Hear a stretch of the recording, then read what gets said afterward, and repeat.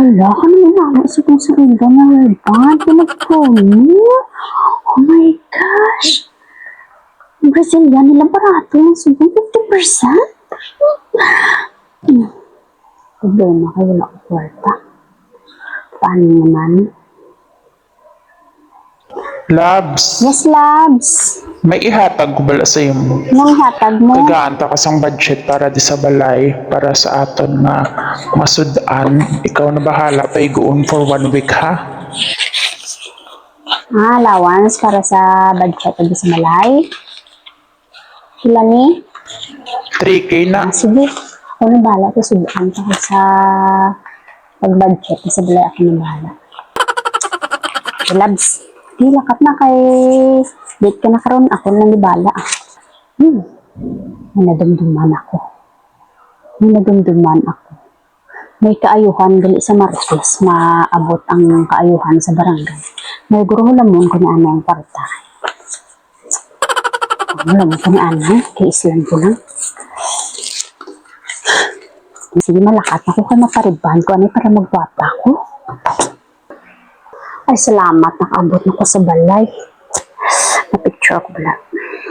Nakatol man po riban, pila ka oras maghulap. I-post ko na pala akong picture para makita si paano nagwapa na ko na naglaki akong buhok.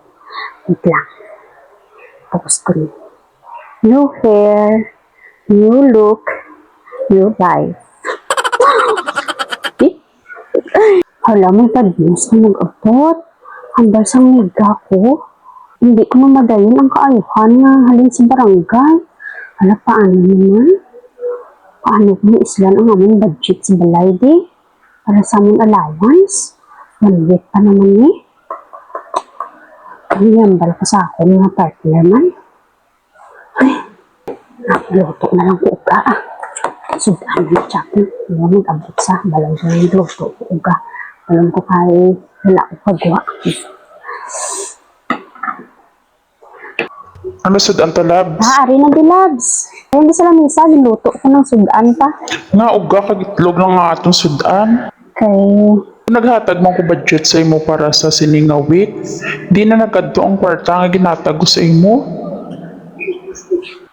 kigil ka riban ko Labs. Kita mo ano, magwapa ko, nag-straight akong buhok. Anong tanang kagwapa mo kag straight sa buhok mo kung magutman ta? Ay, hindi pwede uga Labs oh. Uga kag itlog. Mantinir ang paano, uga kag itlog sa isa ka semana. Kaya hilamon ko lang paano, nung galing kaya wala nag-abot. Mantinir ang paano, uga eh. Niluto ko man nga may halong pagmamahal.